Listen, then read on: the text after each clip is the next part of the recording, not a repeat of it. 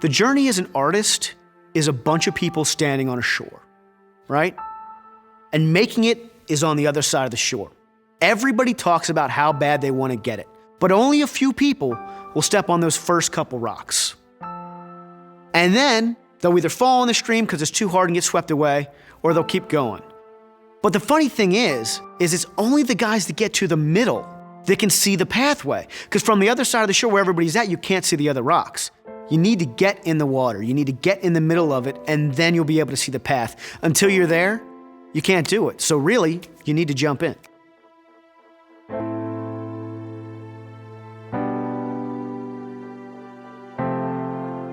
My name is Woodrow Hinton, and for the last 15 years, I've been a commercial illustrator. Recently, I've decided to stop all freelance and work on a few personal projects. This film is about the elusive idea of what success is, what making it is. I, for one, don't believe making it exists. When Tony and I first started thinking about this film, what could it be, we both wrote these very massive, epic things. What is art? What is the meaning of life? How do you make a living? All these crazy big topics. And we narrowed it down and we came up with an outline of topics that we wanted to talk about. But then the question is well, who do we put in this movie? It's funny, I feel terribly uncomfortable now being in front of this camera because it's such a narcissistic thing. Hi, put me in my own movie. It's kind of ridiculous. And the other thing too is the point of this movie for me is selfish. It's I want to be able to reflect on my journey as an artist and who I am, and that's impossible to do from yourself. So what I could do, stepping back and looking at all the people I've met over the years, looking at all those connections, what I realized is that I had lots of access to the best artists in comics, gaming, fantasy, and film. I now have the opportunity to go up to each and every one of them and spend some time asking them the questions I've always wanted to know. How did you get where you're at? How do you live your life as an artist? Out of all the artists we spoke to, I'm very fortunate to call 3 of them close friends. Like me, they're navigating what appears to be the middle of their careers, and we've helped each other along the way. Each of them do very different things, and they're very good at what they do. The thing I admire most about Brian is risk. I'm not a risk taker. Brian didn't ask anyone if he could make art. He didn't ask anyone if they could train him. He didn't ask anyone if he could make a website. Brian just did it. I think if there's any successful trait that all of us want to have, is that. It's you ask for forgiveness, not permission. You do it your way, unapologetically. Who doesn't admire that? Part of the journey of this film for me was, again, exploring this idea of why people matter. I can't think that that's better exemplified than Andrew Bawidamann. He treats his fans like he treats his friends. He makes art for people that he wants to be friends with. He respects them and he does things for them. He is fiercely loyal. Part of the reason the people that are together in this film is because of Andrew. He surrounds himself with good people and he's fiercely loyal to them, and he wants to elevate all of us together. More than the other 2 artists, I connect with Eric in wanting to say something. Eric looks at the world, he's involved in the world, and he thinks that there's a responsibility for him to change it to the way he wants. And he does that through his art, and it's subtle. It's not didactic, he's not preaching to you. Eric is very passionate about the world. He's very passionate about the world he wants to see, and he makes it in his art because he understands how art changes people. How can you not respect that? Well, I love Eric. I've loved Eric's work ever since I first saw it. I remember the first time I saw it was actually in Irene Gallo's office. She had bought one of his tiny little Microvisions paintings, and the level of craft and dedication that he put into that single tiny 4x6 image was absolutely breathtaking. Well, no, I think with Andy and Brian both are very, they're doing it the right way. And I mean, they've done it all themselves. I think the first piece I bought was the Betty Page in the cocktail glass. It was the first piece of Andrew's that I bought. And it wasn't real long before I had a lot of it. I had t-shirts, I had prints, I had bookmarks, I had stickers. It's kind of strange. I think if you shine early, you'll shine late. A lot of those guys, Andy and Eric, really driven guys from day one, and they're still driven guys. They're still flourishing, you know, even now as pros. Eric has just such a unique voice, you know. You know an Eric Fortune painting right off the bat. You don't wonder who it is. And he's really developed this really distinctive style. It's a really beautiful style, very dreamy. I personally sort of like that, like, ephemeral, like you can't quite latch on to it. Brian's a sweetheart. He's awesome. I really like him. He's been a friend for a long time, and his work is beautiful, just amazing, graphic, bold lines, and, you know, of course, his skulls are awesome. And I didn't hear or see from Brian, you know, he just off the radar. Until a couple, like 4 or 5 years ago, and I'm like, whoa, what happened? Like, I mean, he wasn't published when I knew him, and nothing. And then all of a sudden, he's like this like awesome artist. I'm seeing his posters and his rock posters, and I was just like, dude, where'd you come from? Bawidamann's work is what's not to like. I mean, there's some girls, there's some hardware, there's you know, it's firing on a lot of cylinders that work for me personally. He's a popular guy. I think, you know, with art, you're sort of looking to do your thing, but in a way that connects with someone else. I just think his women are sexy. I love the graphic sense, the fun of his work. I just think he's got an entire a look that's all his. And Eric is one of those few artists that really bridges the gap between illustrator and fine artist. Irene Gallo brought him by our booth in San Diego years back and said, you know, I'd like to show this young man's portfolio to you. Would you take a look? I said, sure, you know, and you start flipping through it and start flipping out as I'm flipping through this portfolio. And we came to one particular piece, and Kathy gave me the look and said, how much? It's nice that there are guys doing it the right way and are actually sort of being rewarded for that, and instead of just getting their ass kicked. So one of the first big questions a young creative person asks themselves is, how do I become an artist? How do I make a living at this? Now, I've always found it to be a bit of an absurd question when someone asks me, is your education worth it? Because it's impossible to know. You are where you are. You can only plan so much to be there, right? So looking back, how could I know if I made it on my own? It's an impossible question. Did I find value in my art education? Looking back, my answer has always been the same. Yes, I'm a teacher. But it's a fair question. Times are changing. Education costs are rising, and students today more than ever are asking themselves, is a formal education worth it? So to start at the beginning, we really have to have an honest conversation with students, artists, and educators. I wrote a blog post called, Is Art School Worth It?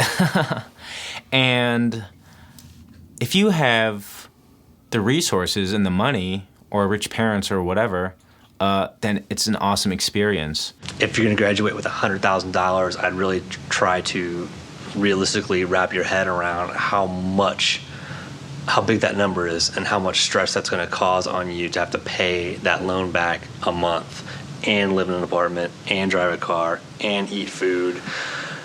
It's a lot of money. So yeah, I never finished art school, and whenever I got an opportunity to travel as an artist, which means someone hired me to basically just be somewhere as an artist, and I would get to meet students, and a lot of them, their first question was, what did you graduate with? What degree did you get? And I would just tell them I haven't gotten that yet. I haven't graduated yet. I haven't finished. And they would just get really bummed out because I had a career, and a lot of people kind of just assume that going to school, you're buying a career. You know, you're being educated, but you're going to get a career out of it, and that's just not how it is. When I went to art school, it was, I think, $11,000 to $12,000 a year, and I had a scholarship, and so that made that decision easier. Would I go today? I doubt it. I think the money that I'm paying for school right now, it's going to balance out. It's going to help me. I'm not sure if I would have had the drive to make it on my own. I wouldn't have this experience. Like, art school has brought this community around me that I wouldn't have otherwise, especially in my hometown. It's not as vibrant of a community of art. I think art school is important because it teaches me a lot of things that I don't think that I could have learned on my own. Gives me a lot of insight into the business aspect of art. It's had its ups and downs. You know, you'll get those moments where you'll kind of be really passive in a class and your teacher's like, well, you're paying money to be here. You know, it's like, this is true, but not really, because my parents are, and, you know, I've been through the whole rigmarole of that. But right now, I am thankful that my parents are paying for me, because it's really, really, really expensive. And I was also seeing people that just didn't give a shit that they were there, which really just blew my mind, because this is a really interesting and unique opportunity and very expensive opportunity, and they were just fucking around the whole time. Their parents told them to go do something. They probably decided art school would be better. So that is pretty much why I jumped ship and quit art school. Not that I sucked at it, I just could not afford it. That was the world's hardest lesson. That was a very, very tough lesson to learn at 18. I just didn't come up in that crowd. I couldn't afford it. I'll tell you the truth, I think it's my relationship with the teachers after I graduated that was more important to me. I'd say Stuart McKissick for one. I mean, everybody can go to art school and learn how to use media and make pictures, but no one really teaches you how to live as an artist and what you should do at certain milestones of your life to be an artist. I've always believed that you learn more from the people you're in art school with than you do the professors. That was true for me. And if that sounds like, well, then why don't you just take it online? Well, I think that you're missing that whole social interaction aspect of it. And when I was in art school, actually seeing somebody my own age who was really good had an enormous impression on me. I enjoyed that atmosphere. I enjoyed that place. And I like that classroom. And if you're with students, other people, and they all want to learn, they all want to grow. As a teacher, I'll grow because I'll learn from them. And with some luck, if I'm doing my job right, they'll learn from me. And over the course of time, that has been so important to me. Well, there are the issues of overpopulation, so to speak. Too many people working in the field, but that's really always been the case in some respects. There's always been a lot of people who probably shouldn't be out there working in any given field, and yet they've got a freedom to do it and a right to do it if they want to, and if they can't survive, then eventually they'll move on. I think the answer is it's worth it for some people, but not for everybody. I know that sounds like a dodge, and that's always been true, but it's more true than ever. It's worth it if you are motivated. It's worth it if you are looking to be in an environment where you can push against other people who have the same interests that you do and who have skill sets. You sort of decide where you want to go and start going that way, and just, damn the bullets. Damn the torpedoes. Just keep going in the direction you want to go until you get there. One of my favorite graduates of recent years is a guy named John Malta. And when I asked John what he was, he said, I'm a maker. And I think students today have to be makers. They have to understand not just digital media, but digital delivery systems. They have to understand how their work is going to be consumed by people all over the world. I would want to have a knowledge of motion. I would want to have an understanding of typography, and I would want to be somebody who wasn't afraid to make things for myself and put them out there. How much college costs and how hard it is today to get through it, and what you have to deal with for the job market not being good once you get out. All that aside, I think there's younger versions of people like me that art is their best shot at life. It's what they're best at. It's what they're gifted at. If it wasn't for being artists, they would be pumping gas somewhere, working for $8 an hour. Like this is what they're good at, what they're born to do. And I got a lot of help along the way to get where I'm at. And regardless of all the obstacles today, I feel like it's very important for me to help those younger than me get there too. I feel privileged to have helped a lot of people who I think might even be way bigger and more important than I am, and I feel great that I was a part of that process. I get a lot of satisfaction out of that. It sure isn't for the money. All right, the title of our doc is called Making It. Making It. Yes. That's a disco song, I think. All right. Ever since I started school, that's always been a big question on my mind. Making it to me means it would definitely be about making the artwork to a point that it now is out there in the world and people admire and see it. There's things that I prefer that I love more, so I guess that's how I would gauge how much I've made it is how often I do the things I love most. Well, I hope I'm gonna make it. I think I'm gonna make it because I feel like I have a lot of really good teachers where I'm at and a lot of good instruction, and I'm making a lot of connections with people I'm meeting in school. It's when I'm gonna be able to do art and not have to do anything else and get paid for it. I could probably get by making art and still having to do another job. As long as I'm doing something with art, I'll be happy, really. You just have to work really hard for it. I think there's some people that don't understand that. They kind of have this attitude that they're going to make excuses to get by, and that it's going to carry them through life, but it's just not going to happen. I think making it is doing what you love and being comfortable in the artwork that you put out for people to see, and you kind of come to this realization that your life is where you want it to be, and you're doing what you love, and you're happy in the direction that your life is going as an artist. I don't think that making it has to mean that you have 1 billion houses or things like that. I think that making it is inside of you, and it doesn't have to be immaterial. I'm not counting on it to happen. Things don't always go according to plan, but it would be sweet. For me, it's not how you paint something, it's not how you draw something. It's your truth. It's telling a story that you care about. The concept breaks down to a relationship between 3 things. The first is expression. When you're a child, you want to express yourself. You're learning how to talk. You're learning how to see the world. We draw. That's you wanting to just say, hey, this is who I am. That's voice and style. You're born with it. You don't need to look for it. If you want to make a living at art, you're not doing macaroni paintings in a basement for yourself. You have to share these things. And so you have to, first of all, know what you're saying. That's what communication's about. And then you need to know your audience and find a way to communicate with them in an effective way.